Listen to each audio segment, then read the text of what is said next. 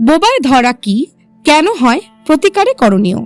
মাঝরাতে হঠাৎই ঘুম ভাঙার পর অনুভব করলেন আপনার বুকের ওপর ভারী কিছু বসে আছে। খুব করে চেষ্টার পরও ঠিকঠাক নিঃশ্বাস নিতে পারছেন না। আপনি জেগে আছেন, কিন্তু শরীরের কোনো অংশ নাড়াতে পারছেন না, এমনকি চিৎকারও করতে পারছেন না। এমন পরিস্থিতিকে বিশেষজ্ঞরা বোবায় ধরা বা স্লিপ প্যারালাইসিস বলে থাকে। বোবায় ধরা বা স্লিপ প্যারালাইসিসের লক্ষণ। প্রধান লক্ষণ হচ্ছে জাগরণের সময় নড়াচড়া বা কথা বলতে না পারা। স্লিপ প্যারালাইসিসের সময় ফিসফিস, গর্জন ভয়েস এবং গুঞ্জনের মতো শব্দ শোনা বা কল্পনা করা। কারো কারো হৃদস্পন্দন ও শ্বাস প্রশ্বাস বেড়ে যায়।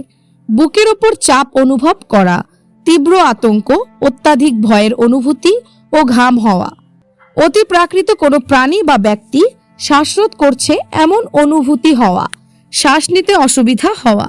আশেপাশে এমন কোনো ব্যক্তি বা বস্তু আছে তার ক্ষতি করতে চায় এমন ভয়ের অনুভূতি হওয়া।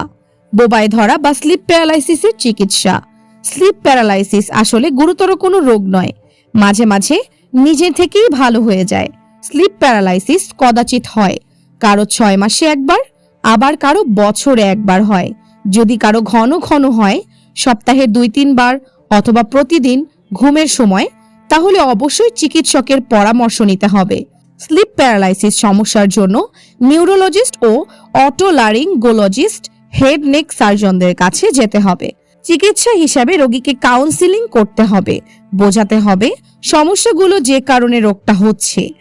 অ্যালকোহল, ধূমপান পরিহার করতে হবে। ক্লান্তি, অবসাদগ্রস্ততা, উদ্বেগ, মানসিক অশান্তি ও ঘুমের সমস্যা দূর করতে হবে।